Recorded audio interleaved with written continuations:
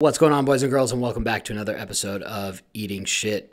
So today I wanted to talk a little bit about some sales stuff, and as always, really all I can relate this to is to what we do here at the company, but this is kind of like a more broad topic for anything sales related, really. So I got thinking more about this earlier this week. I had dinner with an agent in town, and it's kind of funny because his main source of like lead generation, and when I say agent, I'm talking about real estate agent. His main source of lead generation is cold calling. Like, he's a cold caller, and we had a good conversation, and we've known each other for a while. But it's funny because we're always like, not always, but pretty often we're competing on the same deals. Like, we'll see, you know, he ends up listing something that we were working on or was in our database, or vice versa. We end up buying something that he was working on as a listing. And it's not just him, it's like all the cold callers in town. And it's just kind of like the same demographics, like same target sellers, same lists, all that type of stuff. But yeah, he's a great salesperson. He's been in sales forever. Like, as soon as he graduated high school, he was doing sales, and I think he's probably like 35, 36 now. So we had some good conversations, but a few of them were just like really about like how bad people are at sales, like even people that are in sales jobs. Like, he had a story about, walking into a place to buy a vacuum, and like the guy wouldn't sell him the vacuum. He's like, hey, like, I want that one. And the guy like wouldn't stop his sales pitch. He just kept on with the presentation. He's like, dude, like, just give me that vacuum. Like, I want that one. He was like, if you tell me one more thing about this vacuum, I'm going to walk out of here. So it was a good conversation, but more so related to today's topic is just like selling to people who actually want whatever it is you're selling, whether it's a product or service or whatnot. So I think, sales is like a dirty word, or it's like just viewed in a negative light for anyone that's not in sales or in business, because people view, when you think of sales, you think of like a used car salesman, or just like timeshare salesman, or just like the old school, like high pressure, like just sleazy tactics to get people to buy something that they don't really want. And we kind of treat things the opposite way. So a couple of points about like selling to people who actually want your product. Like, obviously, if you sell to people who actually want your shit, it's much easier to sell. So how do you do that? Step one is pre-qualifying the leads that you have. So that's what we do here at the company. If it's your first time listening, it's a flipping and wholesaling company here in Reno, Nevada. Just, mostly single family condos, townhouses, manufactured, that type of thing. We produce a bunch of marketing. Leads come in. We have to pre-qualify the leads, which I'm about to talk about. And then we take appointments directly with the seller at their house, and then go into, a purchase agreement to buy the home directly from them. No agents involved, that type of thing. So with pre-qualifying the leads, the way that we do it, we use an acronym called UMB, which is urgency, motivation, and ballpark price, is like what we have to qualify our leads on. So a lead comes into the system, and, if it's a cold call lead, for example, we have virtual assistants that's their job 40 hours a week, is just sit on a dialer and cold call data. And so if a lead comes into the system, we could go and like listen to the call, but it's just like not effective to do. All the cold caller is trying to do is get like someone to raise their hand that basically says, yes, I'll hear the cash offer. But like, people screw with the cold callers a lot. And, and obviously not every lead that comes into our system is like a qualified lead. That's why we actually have to qualify them. Alternatively, people can go on Google and type in sell house fast, cash buyer, or whatever, and then find us that way. But same thing, even though they're reaching out to us, like some people will just input their information and they're looking for like an appraisal or something. I have no clue why they're inputting it, but it happens. So we still have to qualify the leads, like no matter where they come from. So on urgency, motivation, and ballpark price, what we do, so we have a dedicated role that we call our BDR, business development representative. All he does is qualify leads on those three metrics. So urgency, basically like, are they ready to sell now or sometime very soon? Motivation, in in our business, we are looking for motivated sellers. I've talked about that on here before, not just any old seller. Most people that sell their house should list their home on the market. But we are looking for motivated sellers where we can actually add value to them. We'll get into that in just a second. And then ballpark price. And we don't really qualify that much off of price. It's just to get rid of people that are like, yeah, I want $1 million and they live in a $400,000 house after it's fixed up. So just to get rid of like either people that are screwing with us or just people that are truly delusional and just don't know anything about like the value of their home or something like that. So when we do that, the point being is like we have a lot of leads. We can't take appointments on all these leads because it's physically impossible. And even if we could, it wouldn't be a good use of anyone's time because we'd be taking appointments with sellers that like should not buy our product. Or I guess it's kind of confusing when you talk about buyers and sellers because whenever you're learning about sales, you're always talking about like you're the one selling and they're the one buying. When we do sales, they are the ones selling and we're like we're buying the house. But I guess you could think of it as they are buying our service, like, but it's backwards, so it's kind of confusing. But either way, you'd be taking appointments with people that should list their home. The appointments wouldn't take very long because you'd be like, yeah, you should just list this, and they'd be like, okay, thanks, see you later. But it's not worth driving all over the state to do that shit. So that's why we qualify the leads, and we're only taking appointments with leads that are like, I guess, qualified on those three things. And then from there, we at least know going into the appointment that this is a lead that is at least worth the time to go on the appointment. Take the appointment with that seller. So I guess, that's like the first big point on selling to people that actually want to buy your product, because that's where, the sales dirty word thing I was touching on earlier, it's like they get a bad name because they're, or at least back in the day, this shit doesn't work anymore, but like they would just force things down people's throats that they don't really want. And that's like the high pressure. And it's like, you don't want to do this, but like, you're just in that situation and they end up doing it. And then they have like, buyer's remorse, and it's just not a good situation for anyone but the salesperson. They're the one that won there. Everyone else loses. So if you can make sure up front that whoever you're talking to at least like somewhat wants what you're selling, much easier, and you don't have to do any of the shady shit that they used to do all the time. So point number 2, asking the right questions. So this is huge just for, this is more like sales 102. And we're always continually working on this type of stuff and training as a team and doing one-on-one training with the guys and stuff like that. But asking the right questions is the way that you really find out if they want your product or not, or if they should even buy your product. So, you always want to ask like open-ended questions, like first and foremost, not like yes, no questions. Because if you ask an open-ended question, I'm just going to go ahead and use seller because that's what I'm used to talking about. So when you ask a seller an open-ended question, it makes them respond, in a way that is not yes, no. They actually have to like tell you something about the situation. And kind of in the same like lane as open-ended questions, asking like questions that are more like, in a perfect world, what does this transaction look like to you? That's just like an example of one of 1,000 open-ended questions and perfect world questions. But you can see like, in a perfect world, what does this transaction look like to you? Now how ridiculous would it be if someone was like, yes? Or in a perfect world, what does this transaction look like to you? No.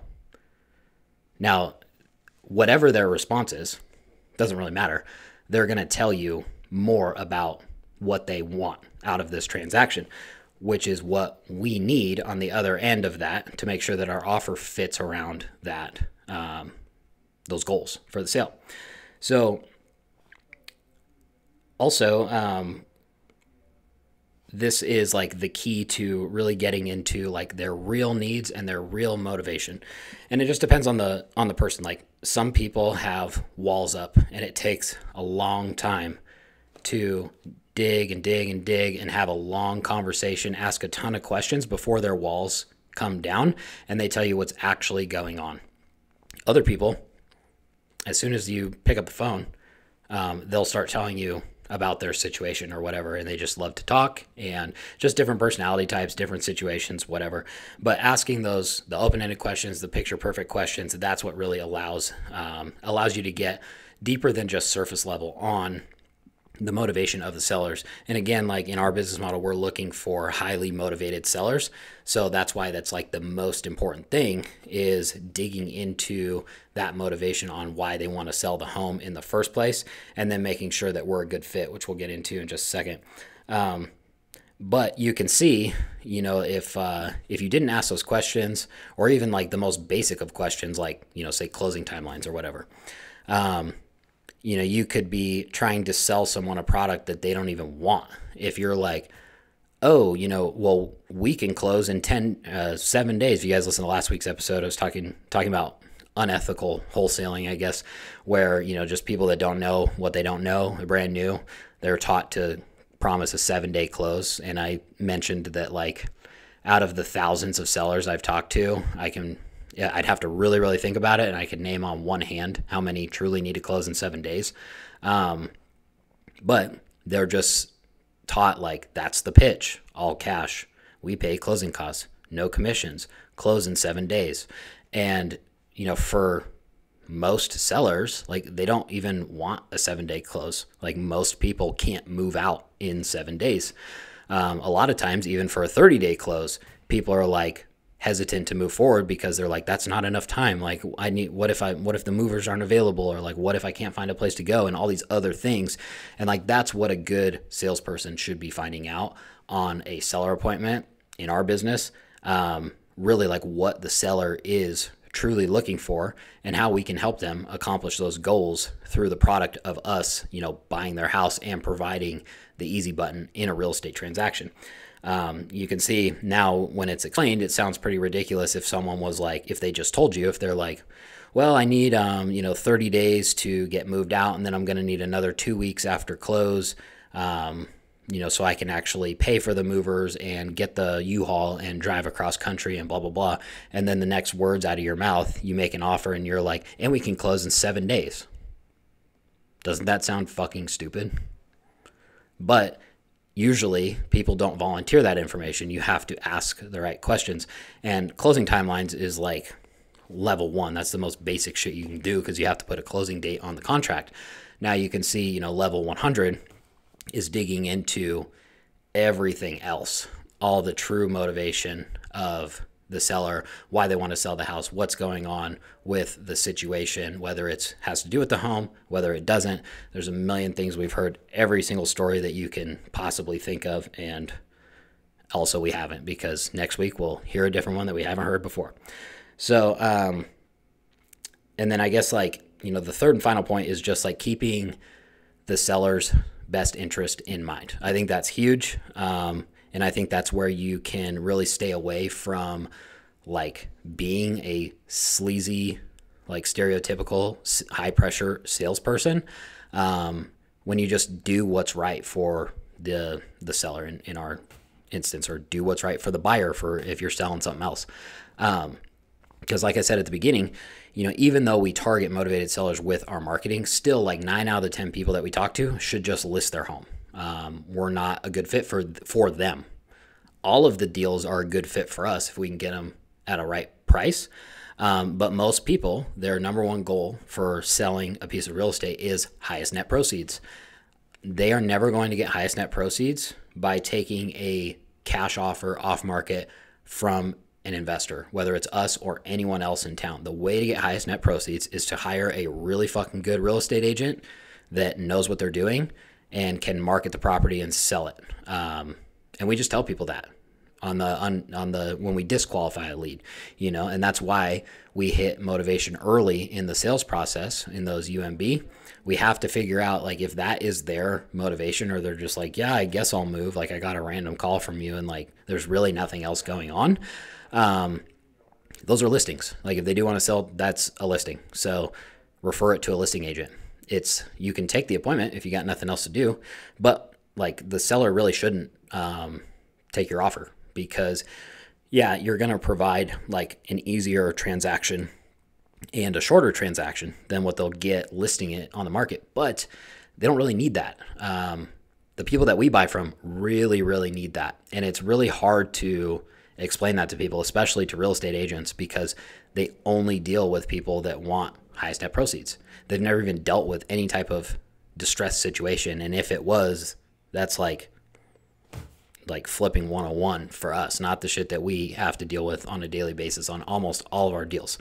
The people that we deal with, that we buy from, they have so much going on that by the time we're done with the transaction, we're like, good thing they signed with us, because there ain't no one else that would have done what we did for them to get them out of this situation and on with, whatever is next for them. And then in exchange for providing that, we get a house that we can go rehab and still have enough margin in it to make a profit and run a business. So really just like you can think of, how does the product help their problem or help their situation? Like I just said, in our business, like our product is the easy button, providing like a white glove service to the seller, speed, convenience, all of these things. And it's very, very, very much different than listing the home. But if they don't need that type of service, yeah, everyone would prefer that type of service. But if they don't need it and their true main goal is highest net proceeds, that's a listing. Our service does not help them to accomplish their main goal. Our service helps these other sellers that really, really need all that stuff, and highest net proceeds is like 10th on their list of goals and things that they have going on that have to do or could be solved with selling this house in the next 30 days. Hopefully that makes sense. I know it was a little bit all over the place. But yeah, those are just kind of like, 3 things for, you can apply that to whatever you're selling, any type of product, any sales position, but just keep that in mind. And I think that'll help you. Anyway, some issues for the week, back to eating shit. Didn't have all that many issues this week, just seller on one specific deal getting kind of squirrely has probably been the biggest problem that we've had. And this is, again, like going back to providing the service. This lady who we're in contract to buy from needs a lot of help. Just like overwhelmed, can't deal with the situation. The house is like a total wreck. Feel terrible for her even like staying another day in this house. Like it's really, really bad and really, really gross. So she definitely wants to get out. Now, the problem always, with our area is affordability. Like basically no one can afford a home right now if you're using lending. She's trying to use cash from the proceeds of the sale, but it's not really that much. There's really nothing available, unless she did get a loan or get a manufactured in a park or something like that, but she doesn't want any overhead as far as bills. So she doesn't want a condo because of HOA and neighbors, doesn't want manufactured in a park because of the space rent. So she basically wants a house, but it's like, and she wants to be close into town. It's like, yeah, I wish we could have more options for you. But anyway, we did find her house. We hooked her up with an agent. They're in contract to buy it. But now the issue is that house is, the condition of that house is not acceptable, which on one hand I understand. But on the other hand, it's like, even as is like a 10x upgrade from what she's currently living in. So we've been trying to work with her on that. Hooked her up with a handyman. She wants all these repairs. But the thing that's squirrely for us is just like, we want to do what we can to help. We always want to provide the most value possible. And, that's another perk of going with us versus like a listing or really any other buyer in town too, is that we'll do all this extra shit that no one else does. But what we don't want to get into is like, we basically have to draw a line somewhere, because the last thing we want is like inevitably 6 months, a year, 2 years from now, when something goes wrong with that house, she's going to be mad at us because, oh, well, you guys put me in contact with the agent and you guys found me that house and you guys put me in contact with the handyman and all this other stuff. And, it's just like you start thinking about things like that, and then it goes back to like the no good deed goes unpunished type thing. So we're trying to get workarounds with that. And then, she's trying to she wasn't trying to cancel, but she's like trying to cancel that deal. And we pretty much put it back in her court for that reason that I just mentioned, like the liability thing or potential or whatever, and just said like, yeah, I mean, if that's what you want to do, like we'll just extend and we'll find something else when it comes up. If that ever happens, we'll see. But now she's thinking about moving forward. So there's always like I said, you guys that are just getting into this or haven't done that many deals yet, or just agents that listen to this, like I would blow your mind if I could give you all the details. I'm definitely not, I can do it after we close, but I'm not going to do it on a current deal that we still have not closed yet. But all the details for some of the moving parts that we have to do and the things that we have to do to get these deals to the finish line, none of them are easy. And that's just like the reality of it. But that's kind of the biggest issue, just that one deal. And, trying to, where do we draw the line? Where are the potential issues later that are coming versus, like we don't really care about one deal. Like we could easily, back to unethical, but easily just like push her into something that doesn't work for her just to close. But that's the last thing we want to do, because that opens us up to huge liability. We truly want to like put her in something that she wants to be in. That's why we're kind of putting it back into her court and making her double, triple, quadruple confirm that this is what she wants to do. She has to hire her own handyman, all that type of stuff. So anyway, that's normal stuff though, but that's kind of the issue of the week. And then wins for the week. Our dispo guy, Cody, he's becoming more and more on his own. So heavy training I've been doing the last 6 weeks with him is paying off, which is always the point when you hire someone. And that's just going to give me more time to do this, more content, more brand awareness for the company, and ultimately just get us more deals in the future and do the things that I like doing as far as business goes, not just being so caught up in the day-to-day. So baby steps. It's always slower than you want, but it's happening and it will happen at some point.